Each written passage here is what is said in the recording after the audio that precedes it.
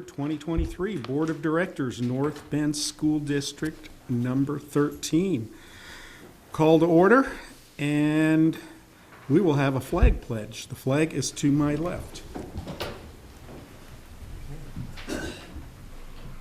Pledge allegiance to the flag of the United States of America and to the republic for which it stands, one nation, under God, indivisible, with liberty and justice for all.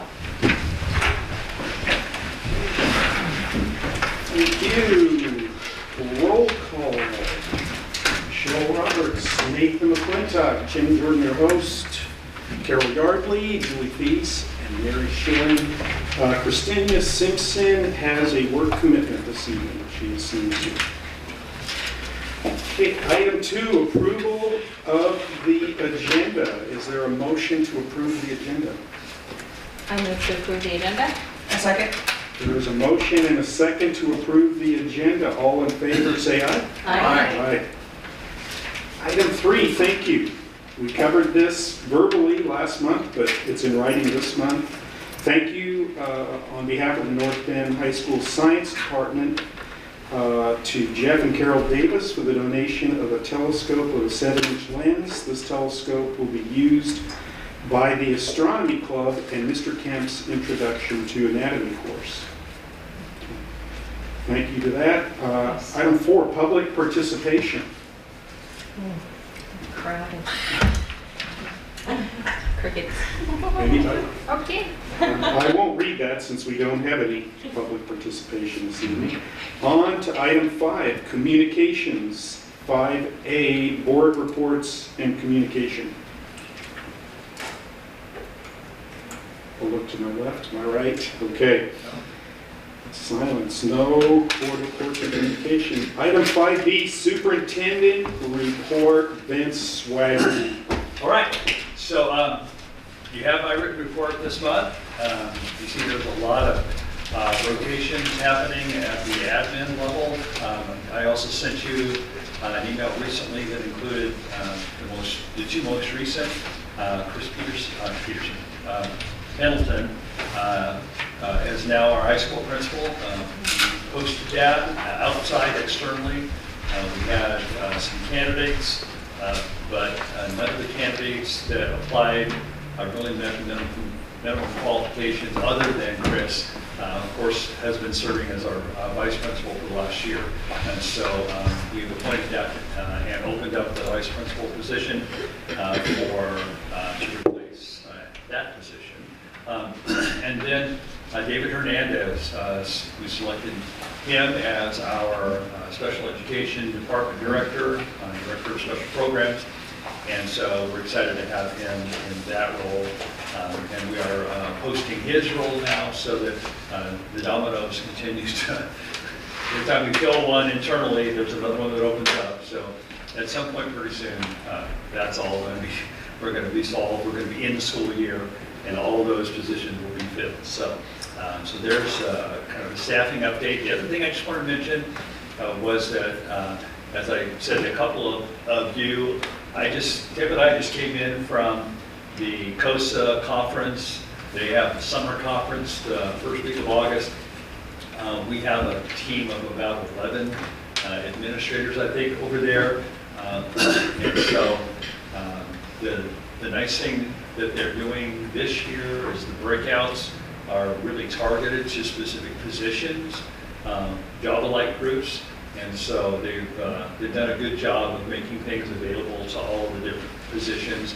And they also build in a lot of team time. So today at lunch, just before lunch, we had a couple of hours that we could kind of lock into not only what we're learning, but then the plans that we're putting in place to support our staff so that we can address some of the needs that we have in terms of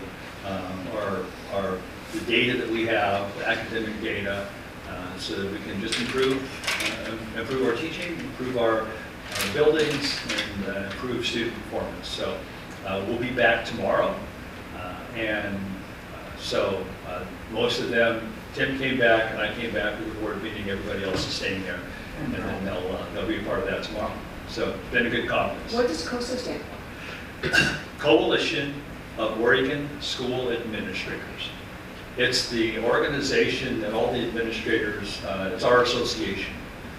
And if there's one thing they have done well for the last 50 years, that organization has actually been in place. I didn't realize till today, this is their 50th year.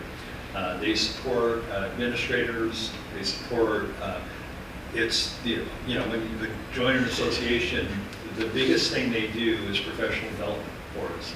That's the one thing that we all access. They put on the law conference that you've probably heard about in the past, that we put on the board every year for the last just about the whole 50 years. They've had a law conference. They do a winter conference for central office administrators, and then they also do a conference in Seaside. They're also an organization that provides support. Like when I've attended the new superintendent academy when I started at Mitchell. I did 2 years. We met like 4 times a year, and they gave us instruction, and we had a group that we could work with. They do that with principals. In fact, Chris, we're getting him involved in the Principals Academy, so we can give him some targeted support. So they do several academies like that. They also are now, and Tim can tell you this, they are in, hi Daryl, I didn't expect to see you here. Nice haircut. Tim actually teaches in their licensure program, so if a teacher wants to become an administrator, they can go through COSA, who's working in conjunction with the University of Oregon to provide training. And so it's an excellent organization. It's given us support for forever and ever. It's nice to have them. And again, professional development is one of their biggest roles, and they do a good job at it. They're very, very skilled at making that work. So it's been a good conference so far. Anything you guys want to add about that?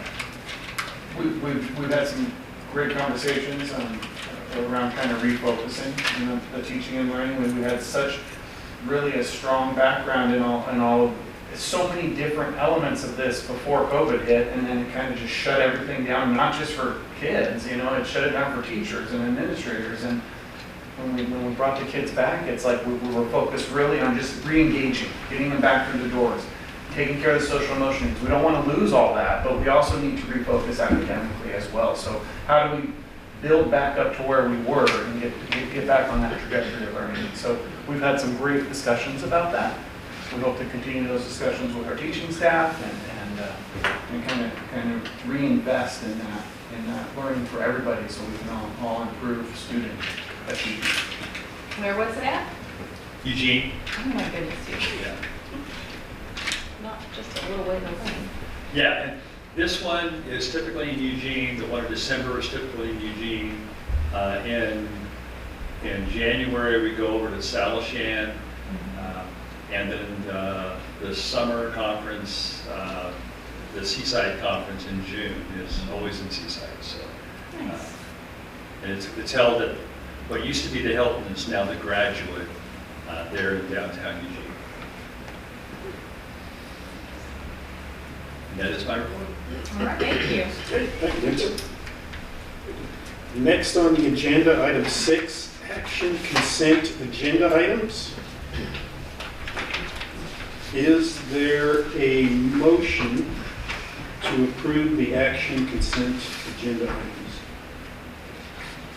I make a motion to approve those items. Second. Okay, there is a motion and a second to approve the action consent agenda items. All in favor, say aye. Aye. All right, unanimous. The action consent agenda items are approved.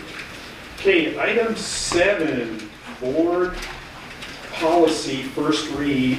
There's 2 policies.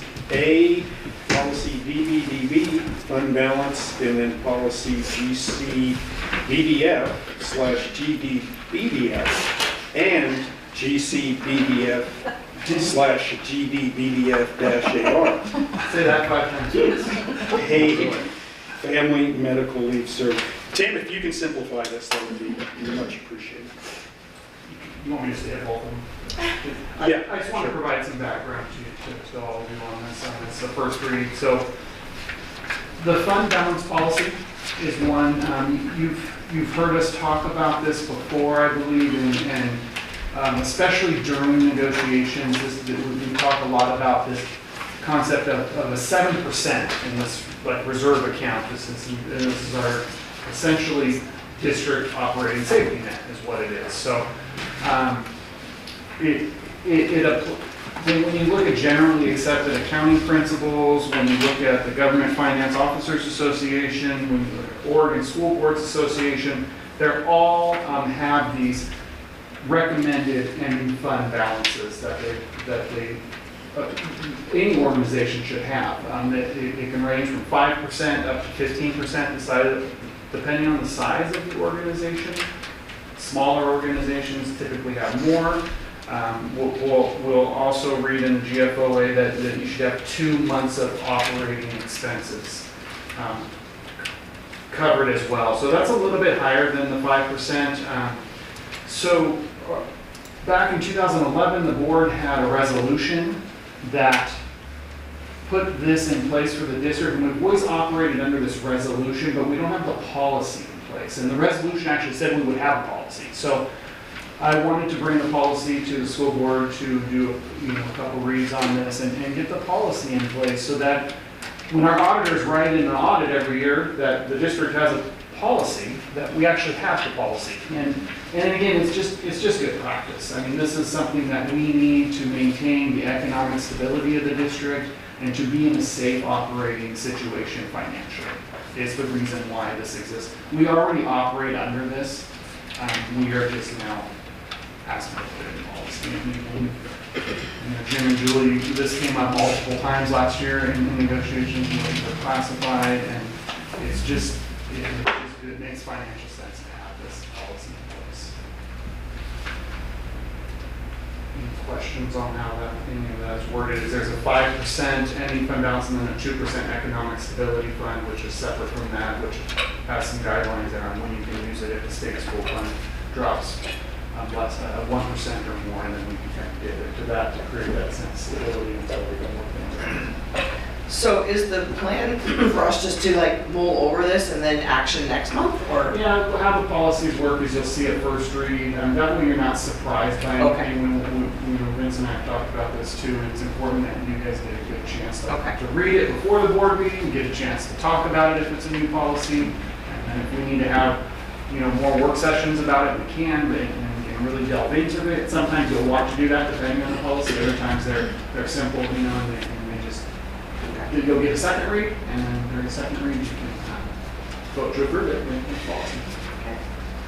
Where did this one come from? Is this from the state, or did somebody think about this, or where did it come from? The one I wrote here, this is an example of, I think Central Point has a policy just like this. Several districts around the state have this in policy. OSBA will provide Okay. kind of like a generic one Okay. that we can use.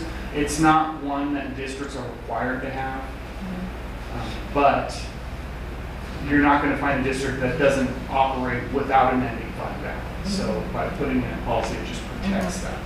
So we didn't have one before? We didn't have the policy, we had the Oh. resolution. Oh. So we've been functioning under it. Okay. And in our audit report every year, the auditor will refer to it. Mhm. And so it makes sense for us to have more than just a resolution, but actually have a policy. So 5 + 2 = 7. Okay. And it does equal 7. It's like the prime directive in Star Trek where you don't Seven. violate that. Yes. Okay. All right. You got that. Funny, I think he always violated it, so. Paid Leave Oregon, paid family medical leave insurance. This is a big one around the state. This became law, and all employers are implementing this. I believe that the number was 50 or more, and it is really a benefit for employees. This is one of those things where we have to do this, but we also need a policy really to implement it. So Paid family medical leave it's similar to maybe OFLA rules, but it's also different.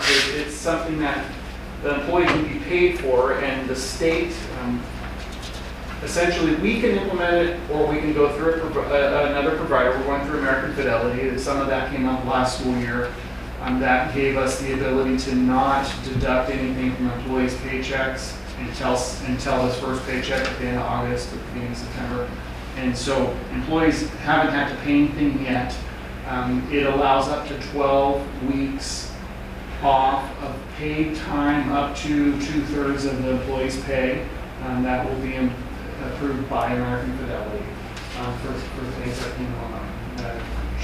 having a child, or if there's a disability situation, or taking care of a relative with a disability situation. The employee is charged, basically for every 1% of a wage, the employee pays 60% of 1% of their wages, the employer pays 40%. So if somebody makes $1,000 a month, just to make it easy, that 1% of that is $10. We would pick up $4 of that, and the employee pays $6 of that. So it is a new deduction that they'll see. It's also a new benefit. So And it's optional. that's not optional. The state So- requires it. Okay, so they are required to pay into it in from the top. How is that gonna work into negotiations for their wages? Well, it's an employee benefit. A lot of, it depends on it, but I always carry short-term disability because our long-term disability doesn't kick in until 3 months. So I would pay short-term disability to cover myself for those 3 months. Now we don't have to pay that. So if it was an employee who was paying that short-term disability, it really just kind of offsets itself. Say if it's somebody who didn't pay that, it is a new deduction. It's something new that they'll have to pay. This is not something that's come up in negotiations for us to pick up that extra percentage. It's not something that we're benefiting from as a district, but we are paying 40% of that cost. How is this gonna affect the ending how is this going to affect our budget that we have set aside for? Is it going to affect the budget that we have? We planned for this employer contribution. So a budget that you adopted, we already knew this was coming, Oh, so okay. we included the cost of that in there for the employer portion. Yes, yes. And So all the employees are aware. a no notification surprise. has gone out regarding this, and the union presidents are made aware. There will no doubt still be surprises. I feel like they're gonna be pretty upset. We pay a lot more attention once we actually see the money come out, our paycheck. But there have been notifications out, so. Are they gonna be upset when they see that money coming out of their paycheck, like it's not optional? I guess it is what it is. I mean, But it's a benefit. This is It's a a state, benefit. I mean, this is Well, something yeah, that really the that's so state, nice. put into place. and- I have a question. Is there listed in the policy specifically what qualifies them for these things? The paid leave ordinance actually does have multiple things. In this So they'll be- policy here, it doesn't say it, but there are multiple. But the employees will be sent, they will be given that, so Yeah, they know There'll exactly. be links to all that, I have an employer guidebook that has multiple. Okay, and that would reasons explain. why, And it's very similar to OFLA, that one. Hmm. Where the employee might, again, if you have a child, or if you are a qualifying, disability, you're protected under those leaves, this actually pays you during that 12. If it's required, what have they not done in the past? Not this paid leave portion, This is new. this is new. And it's required. Interesting. And there's a lot of, there'll be things that we have to work out. All the districts around the state are looking at how exactly will it be implemented. And, we intend to run concurrent with local family leave so that it's not stacked, 12 weeks or 12 weeks, but it's when the employee applies for it. Under both of those, we can do that. One So of the there's things- some things we're still working out. What I'd like to add is that most of the rest of the districts in the state began implementing this in January 1st of 2023. That's when for most employees across the state, they started seeing that deduction from their check, and of course the employers. But they weren't able to actually access the funds with the leave until September, because their accounts need to be built up over the course of that time. The interesting thing is that when I came here and we were talking about that, North Bend was going to using American Fidelity, and Tim, I can't remember exactly the detail, but our employees haven't been paying that. And so they're just starting to pay it, but essentially they're paying it at the same time they're also being able to access the leave. And so they haven't had to pay into it for about 9 months. Like the employees that I had in Mitchell started paying into this in January. But they have the benefit of it right away. No, they do not until September. North Bend staff will. But not- Mitchell not staff had to wait, Wait. and most of the state had to wait until September to have the benefit. But why did we not? Tim, remind me how it worked. When we opted to use a third party, the American Fidelity, for this, American Fidelity essentially, they've done this in other states, so they already had that pot of money built up, so they didn't require us to pay. What we had to do is kind of set the money aside in case that fell through. We could then pay into the Oregon plan, which we did, and so we could save the money for our employees by going this route. And being so new, the benefit of going with a vendor like American Fidelity is that, again, they've implemented in other states, and we hope to have their bigger organization that can help support us as we implement it too. Clarification, you got American Fidelity and then you got the state program. You already had American Fidelity, now we're implementing the state program.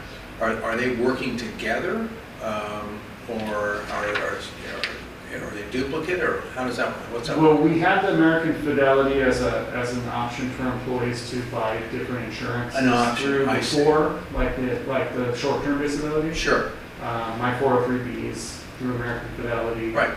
Things like that. So, but then they are also going to implement this state plan as an option. So you could maintain both? Yeah. Okay. School districts had the option to just go directly with the state or use a third party. In Mitchell, we were going to use a third party. The American Fidelity said they were going to work with us. And then their policy folks said we were too small, and so we had to go with the state option. Obviously, North Bend's large enough that American Fidelity so we're able to use a third party to satisfy with the requirement of the law. Why would someone want to do American Fidelity if they have the option with the state? It's still the state plan. It's somewhat confusing, but it's still a state Yeah, it is plan. somewhat confusing. They're essentially doing all the employer pieces that the employer would normally be responsible for. So there's a whole side So of they're this. just the administrator then? It's like a third party. They're administering the state program for us. Okay, That's now what I they're get it, now I doing. get it. Honestly, I don't know I don't even know how they make money on it. I don't know what the back end It's is. insurance Because company. if we were doing it ourselves, we wouldn't Yeah, have that's any it. benefit. That's how they are. The squeak button. Yeah, they tell you, no, you can't have the procedure and keep the money.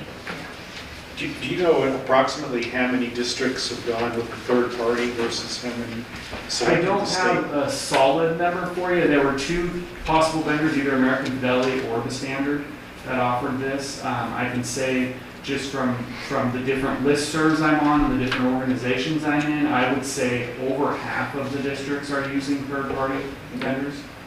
That's an easy call. If we didn't use that vendor, then we'd have to do it, the district. It would add quite a bit. It would almost be probably another person to manage that. Okay, that makes sense. So we have a policy, and now we have an AR, so we can actually follow through and implement the policy. And like I said, this is new, so we're going to work through this, and if there are issues with this, we'll bring it back later to try to adjust it if we see that. Don't know if you could answer this, but the projections looking forward, who backstops this should the withdrawal claims exceed the amount in the fund? Is that been looked at, or that's Again, wait and see? I imagine that, I mean, that's gonna come at the state level and the contribution level, right now, an employee would submit their claim to American Fidelity, they'll review it, and if it's one of the qualifying things under the Oregon Paid Leave Act, then they'll approve it if they have the proper documentation. How many people will use this and how much this costs ultimately is a great question, right? Because if they accept these contribution rates, is it enough to cover the all? Last fall, when I was learning about it, and there were conversations with superintendents and folks around the state, one of the reasons why the state started the reduction in January and set the timetable for being able to access the funds in September was so that they could build up the reserve. And to address that very issue, they learned from the state of Washington that didn't do that and had a nightmare. All right, so the state of Oregon tried to learn from our neighbors to the north. So that's a concern, but that 9-month time frame is what they built in to help address that concern. And as far as particulars go for the Paid Leave Oregon, I can send you information if you have any specific questions. And the policy is essentially just so we can implement our requirement to implement it. Essentially, we have to. So Tim, if you could clarify something for me on the backside of our document, it says paid family medical leave insurance. The district provides an equivalent plan for paid family and does not participate in Paid Leave Oregon. So now I'm extra confused. So That's the third party, American Fidelity. So you're we're not saying that the participating- district isn't, it's Fidelity. That's what that part Right. is. We're Okay. not going directly through the state. Okay. We're going through American Fidelity, who then goes to the state. Okay. Thank you. And they're not taking any kind of a percentage. American Fidelity? Oh, yeah. It's the money that they Doesn't take is break. exactly the same thing we would pay directly to the state. So Interesting. there's not an extra amount Yeah. there. That they're not taking extra from the district, they're not taking extra from the employees. It is the exact, They're not getting, it is the 1%. they are not benefiting anything? Well, they must somehow, somewhat, Yeah. but interesting. Okay. That's a great We concept. don't want to go down that dark tunnel. No, More to follow on that. Sure. yeah. Tim, thank you for Yes. answering those questions. Any more questions for Tim? Okay. Agenda item 8, discuss December board meeting dates.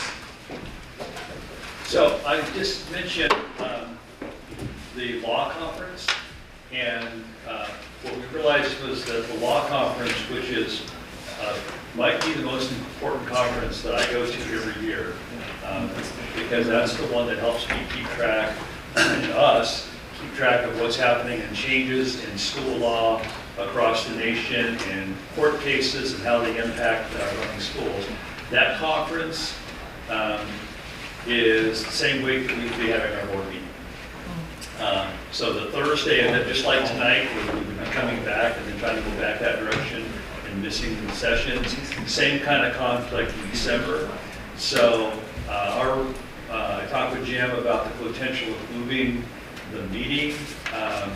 And so instead of Thursday that week, having our meeting be on December 4th, because our conference wouldn't start until Wednesday, which would be the 6th. That's what we hope, is that on that day we would do that. And also, Wait, just hold a second here. then we December should 4th just, is a city day? It's a Monday. Oh. You're talking about changing it to December 4th, yes, and that's a Monday? to Monday, December 4th, Okay. As long as it's not a Tuesday. not a Tuesday. All right. Set off Tuesday. And then, so Monday, December 4th, and then also to just clarify that we would not have a work session in December, because that would happen during Christmas break.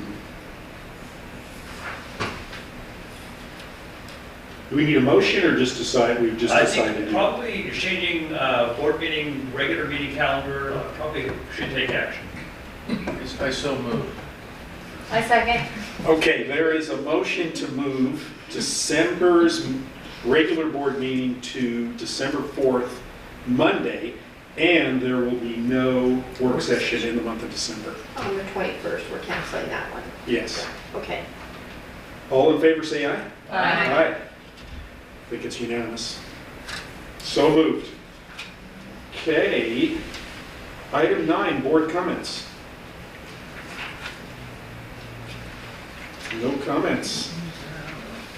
Item 10, information only. We have district financial information attached.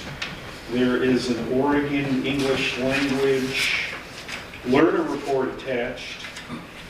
The next board meeting is September 7th. And I don't see it in this version, but there is a board work session August 17th from 9 to 3. The location is the North Bend High School Library, Oh, okay. which is nice. You can look out the window.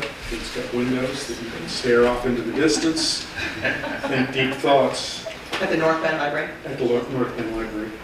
No, in North, the high school. High school. Oh, it's a high school library. Oh, Yeah. okay. Thank you for the clarification. And I guess will we have some pre-read coming, Vince, no doubt, on that? Working with Rob, who was the person who ran the search, the superintendent search. And so he and I have met, and I'm assuming that, yes, that there will be some pre-work that he's preparing right now to get out to all of us so that we'll be ready for it. Yeah. And I think the three big elements will be, number one, will be some board training for everybody. Then we have item 2, an interim superintendent board working agreement, which was a contractual obligation for us between the board and the interim superintendent to develop and outline responsibilities and expectations of each other. And then the third item would be board priorities/goals. Where each board member would voice their priorities and goals, and I'm sure we have a hierarchy or some method of conglomerating those and prioritizing. Making that work. And think about the concept too of if you have goals as a board in terms of your working relationship with each other, as an aspect of that too. And then priorities and goals in terms of what you want to see of the district. So thinking 2 different paths, same kind of notion. Okay. Good. With that, I think we're done here. I think agenda item 11 adjourned.